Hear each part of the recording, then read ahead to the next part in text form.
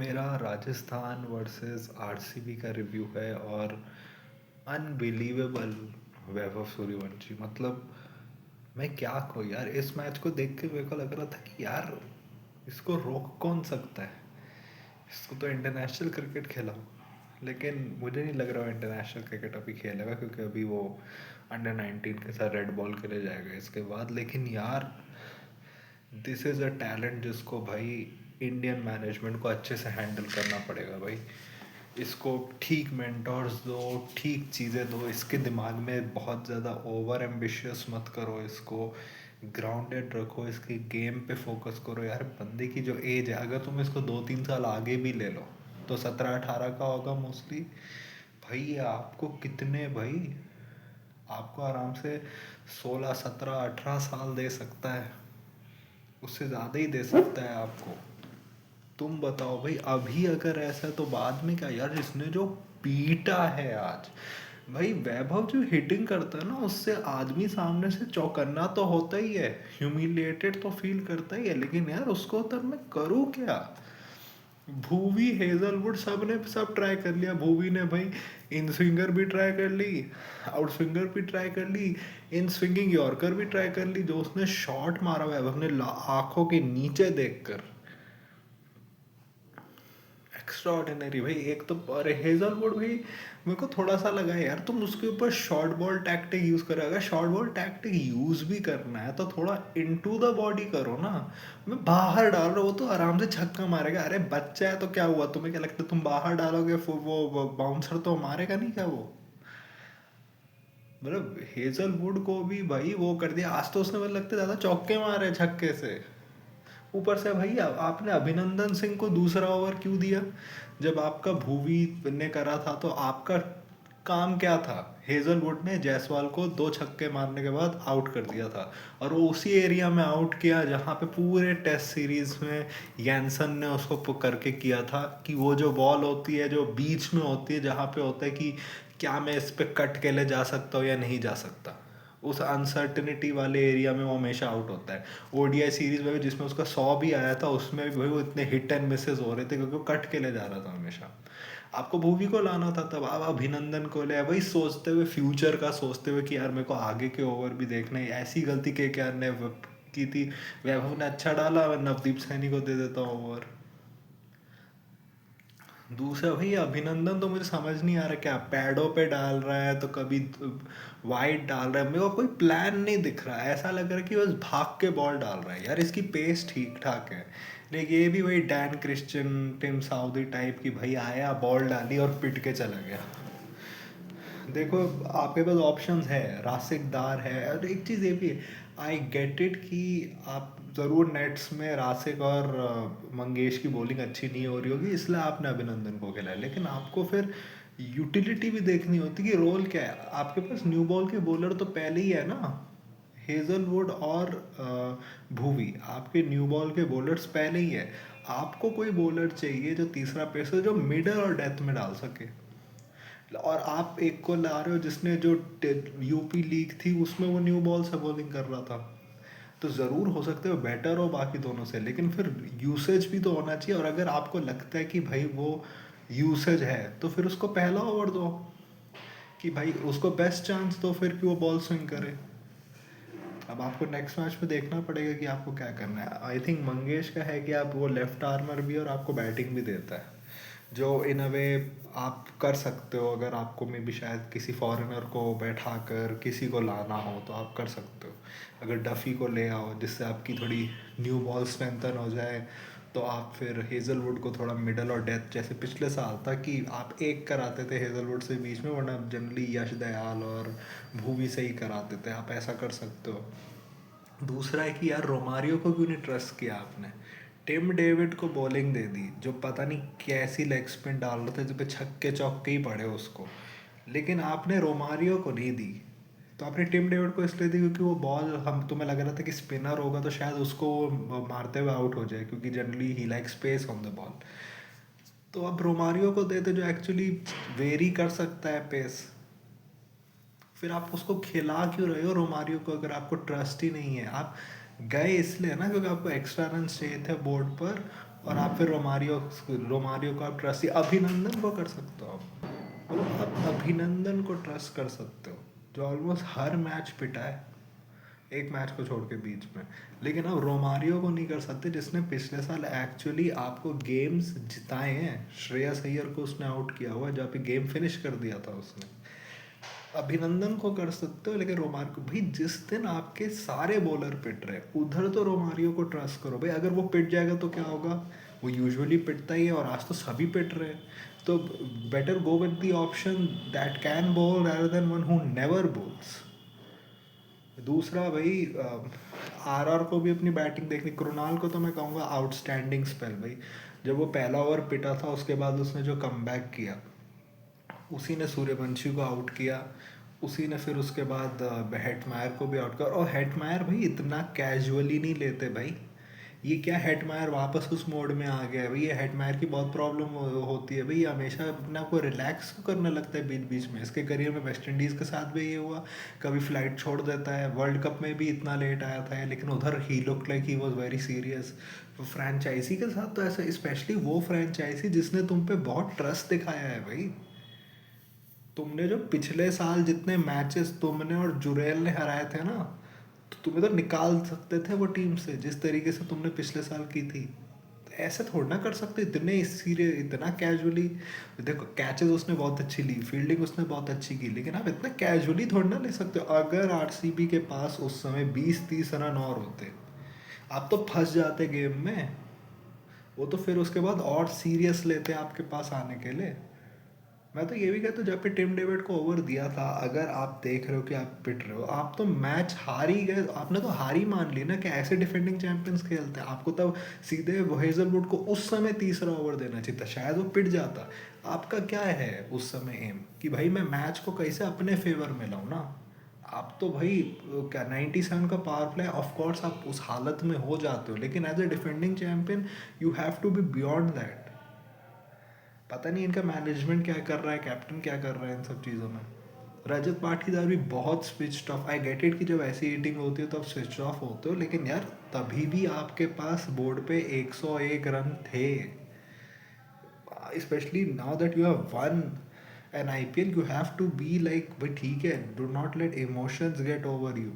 और मैनेजमेंट भी भाई, मो बापट, एंडी फ्लावर, अब तो एक्सपीरियंस तो ऐसा हिटिंग होती है बहुत बार, लेकिन आपका क्या काम होता है कि अपने बेसिक्स पे स्टिक करो, इमोशंस को कंट्रोल में रखो आप।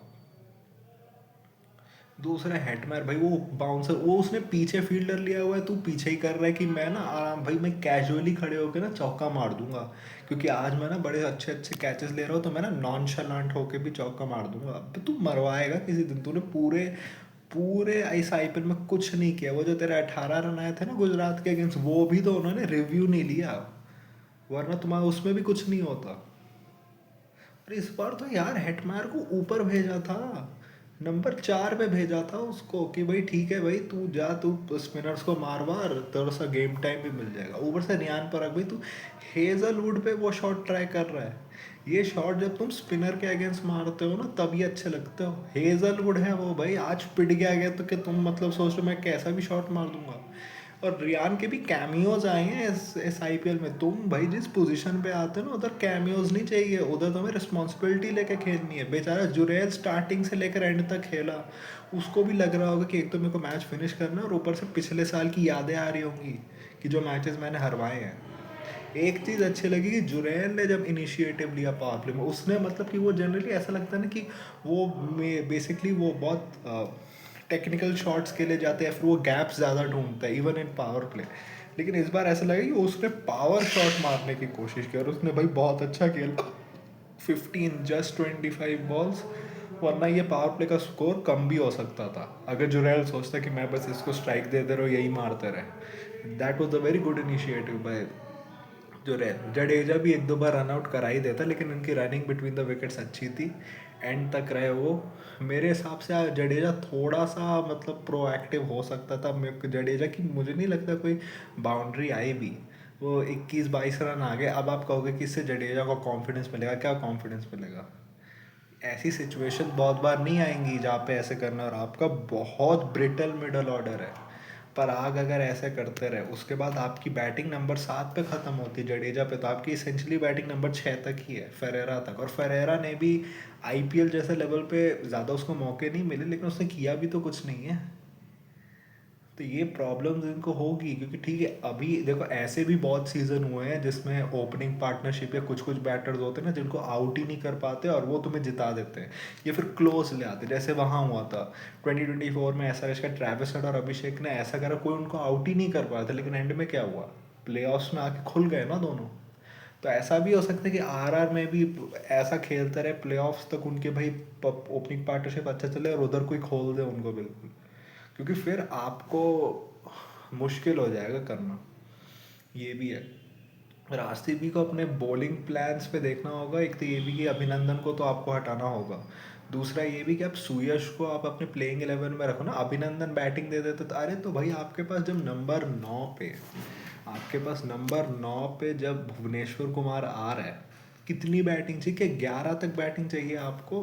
Bhubaneswar Kumar is a well enough batter, आपको नंबर 9 तक बैटिंग पे दे रहा है, उसके आगे आपको कोई बैटिंग की ज़रूरत नहीं है। तो मेरे हिसाब से आप सुयश को रखा करो, और फिर जो भी आपका जो दूसरा पेसर होगा, चाहे वो मंगेश हो या रासिकदार हो, उसको सब रखो। क्योंकि इस पिच पर देखो ना, कृणाल ने जैसे बोली कि मे बी सुयश फंसा देता किसी न किसी को। दूसरा यार, बिश्नोई वॉज ऑसम, मुरली कार्तिक ने बहुत अच्छी एनालिसिस भी करी कि जैसे पहले उसका बहुत परपेंडिकुलर होता था, इस पर वो जो रन अप ले रहा है वो भी कैसा है। दूसरा ये भी कि देखो उसको गूगली पर ही विकेट्स मिल रही है, लेकिन उसने कैसे अपनी जो फास्टर वन वो डालता है उसमें उसने पेस वेरिएशन करना सीख गया, क्योंकि जनरली जब वो फास्टर वन डालता है तो बस खींच खींच के डालता रहता है, तो बहुत प्रिडिक्टेबल हो गई थी पिछले सीजन भी, बस तेज तेज डाल रहा था। इस बार भाई विराट कोहली को उसने ऐसे ही पकड़ा, पहली 2-3 बॉलें 105 100 करके डाली, फिर तीसरी उसने गूगली डाली, और फिर उसने उस पेस अपना वेरी कर दिया, 95 ऑलमोस्ट 9 नीचे ले आया वो, और विराट कोहली को बोल्ड कर दिया। विराट कोहली स्टार्टिंग में थोड़ा वो लगा, मैंने कभी विराट कोहली को ऐसे नहीं करते हुए देखा जैसे बर्गर ने उसको किया था, लेकिन यार विराट कोहली को थोड़ा रिस्पॉन्सिबिलिटी लेना पड़ेगा। देखो आई गेट इट, अगर तुम्हारा एक विकेट गिरा हो और Virat Kohli still going hammer and toss, I get that, लेकिन जब पडिक्कल आउट हुआ है, आप यार आप इतना एक्सपीरियंस हो, आपका तब टाइम था कि आप गैप्स ढूंढो, जो आपने सैंडी के अगेंस्ट किया था कि आप चौके ढूंढ रहे थे, गैप्स ढूंढ रहे थे, rather than going for that लप्पा। भाई आपने रीड भी नहीं की उसकी हाथ से बॉल, बस बैट अक्रॉस द लाइन घुमा दिया। जब आपने देखा कि across the line Padikkal out हुआ है, बॉल थोड़ा होल्ड कर रहा है एयर में, अगर आपसे मिस टाइम हो जाता तो फिर क्या होता। विराट कोहली को रिस्पॉन्सिबिलिटी लेनी पड़ेगी, अगर 2 विकेट गिरे तब responsibility low. I can get it कि अगर 1 विकेट गिरा और Virat Kohli still going hammer and all, और अगर हैमर एंड ऑल जाना भी है तो लप्पे थोड़ी ना मारने, बॉल रीड तो करो एटलीस्ट हाथ से। तो विराट कोहली को भी करनी, फिल सॉल्ट को तो भाई उस बॉल पे कुछ नहीं कर सकता था, उस पे उसको प्ले करना ही था। I think only thing that will trouble them कि भाई फिल सॉल्ट को अच्छा करना पड़ेगा, क्योंकि आप देख लो ना, जो जो आईपीएल टीम्स फिल सॉल्ट के साथ जीती उनमें फिल सॉल्ट का बहुत कंट्रीब्यूशन रहा है। देखो Padikkal is in good form, लेकिन अगर आपके दो दो अगर ऐसा हो गया कि किसी दिन दोनों जल्दी आउट हो गए, तो फिर आपका जो मिडल ऑर्डर है ना उसमें बहुत ट्रिगर हैप्पी फोक्स है, उसमें कोई भी पार्टनरशिप नहीं बिल्ड करना चाहता। एक पार्टीदारी था जो मुझे लग रहा था कि सेंसिबल बैटिंग कर रहा था, कि भाई उसको था कि भाई हमें पार्टनरशिप बिल्ड करनी है, उसके बाद भी अगर हमने पार्टनरशिप बिल्ड की तो बॉलर्स कोई ना कोई गलती करेंगे ही। लेकिन बाकी सब है, जितेश तो भाई मेरे को तो पता नहीं चलता इन्होंने जितेश को ऊपर क्यों भेजा। Only thing I can see is that उन्होंने एक्सपेक्ट करा होगा कि जितेश और रजत कहीं से 14 15 ओवर तक खींच ले, फिर आउट हो जाए कोई, और डेविड को भेजेंगे तो that is best entry point. पर टिम डेविड भी भाई आज तुम ऊपर है, ऑस्ट्रेलिया के लिए तुम कर चुके हो, आज यहाँ पॉइंट प्रूव नहीं करना था। वो क्या शॉट था भाई, ब्लैक सॉइल पिच है, देख रहे हो कि बॉल इतना नीचे आया है तुम्हें, उसको तुम मार रहे हो भाई छक्के के लिए, होना ही था। देखो ब्रिजेश बोल्ड वेल, लेकिन उसका नहीं बनता था 90 ओवर डालना, जबकि उसने 9 ही रन दिए। I think Riyan Parag at the end got very defensive. एक तो बिश्नोई का ओवर पावर प्ले के मतलब कि डेथ ओवर्स के लिए रखना ही नहीं चाहिए था मेरे हिसाब से बिश्नोई को, जहाँ पे आपने सैंडी का पहला ओवर करवाया था वहाँ आप करवा देते, क्योंकि मुझे लगता है तब रजत को जाना ही था। तब रजत सोच रहा था कि मैं हिट करूँगा, क्योंकि उस और एक चीज़ ये भी, उसकी स्पिनर्स पे कोई हिट कनेक्ट ही नहीं हो रही थी आज। तो मुझे हिसाब से आपने वहाँ पे एक ट्रिक लूज़ करी कि बिश्नोई को डेथ में डाला। बिश्नोई कभी डेथ, उसने फाइनल ओवर डाला लेकिन डेथ में पिटता है वो।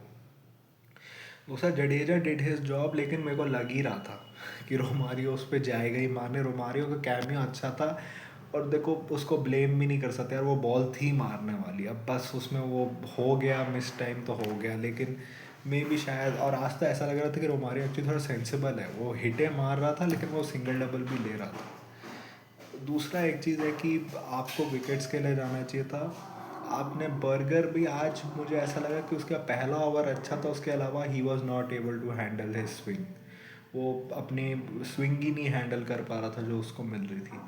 आरआर की ये प्रॉब्लम है ना कि आरआर की टीम में फ्लॉस तो बहुत है, लेकिन उनकी ना जो कुछ कुछ चीज़ें as a unit they are doing well, as a bowling unit they are doing well, and as overall batting unit उनके ओपनर्स बहुत ही अच्छा कर रहे हैं, और जुरेल का भी फॉर्म आना उनको बहुत अच्छा हो रहा है। प्रॉब्लम होगी जब गेम्स मिडल ऑर्डर पे आ जाएंगे। प्रॉब्लम होगी जब आपके कोई ना कोई आपके आर्चर या नांद्रे बर्गर को पकड़ेगा, तब क्या होगा, क्योंकि सैंडी आज पिटा, और सैंडी पिछले सीजन से पिट ही रहा है। और वो लेकिन बनता था, लास्ट ओवर सैंडी का डाला, लेकिन आप डिफेंसिव गए rather than thinking about wickets. अगर आपको वहाँ पे वेंकटेश का विकेट आ जाता तो ये तो 200 भी नहीं बनते, 160 170 पर पैक हो जाते। और वेंकटेश ने जो बैटिंग की थी एंड में उसके साथ, क्या कहते हैं, भूई के साथ, that was very bad. Just because उसने एक लास्ट ओवर में हिटिंग कर दी, इसका मतलब ये नहीं कि मैं भूल जाऊँगा कि कैसे वो भूवी को स्ट्राइक दे रहा था। आप शायद अगर वेंकटेश अपने आप पे स्ट्राइक फार्म करता तो मे बी 220 पहुँच जाते ये लोग। लेकिन ये भी बात है कि आपको ये भी सोचना चाहिए यार, वेंकटेश सैंडी की ही बॉलों पे छक्के मार सकता है। उसको उस हाई पेस पे आप करोगे ना तो वो खड़ी कर देगा बॉल, आर्चर या बर्गर की। और दूसरा, आर को ये देखना है कि उन दे शुड होप कि किसी को कोई इंजरी ना हो या एक दो गेम ना बैठना पड़े, क्योंकि क्योंकि बर्गर इज आर्चर्स बैकअप, लेकिन आप दोनों को खिला रहे हो, और बर्गर इज इंजरी प्रोन। ऊपर से बैटिंग में आप कोई इंजर हो जाए, आपके पास बैकअप्स नहीं है ना। किसको, शुभम दुबे को लेके आओगे, उसने क्या कर लिया। आपके पास जो बैकअप्स ऑन द बेंच है वो उतने अच्छे नहीं हैं। तो आपका है कि सारे प्लेयर्स फिट रहे और कोई बैठे ना कोई मैच।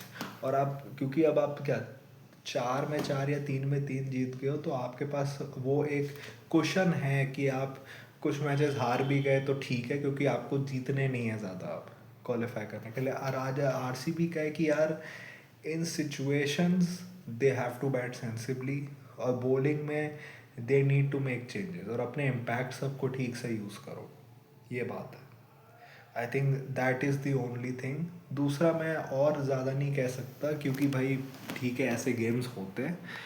बस ये बात है, क्योंकि अब आप वानखेड़े जा रहे हो और वहाँ पे तो एमआई जीतती ही है, तो आपके लिए प्रॉब्लम हो सकती है, लेकिन I think they will also like that pitch. और मुझे लगता है उनकी जो बॉलिंग है आरसीबी की, वो एमआई से बेटर है, एटलीस्ट इन फेजेस वाली बॉलिंग। तो मे बी अगर वो वाला भी हो जाए जो अभिनंदन के जगह पे ये किसी और को ले, तो मे बी और स्ट्रेंथन हो जाएगी।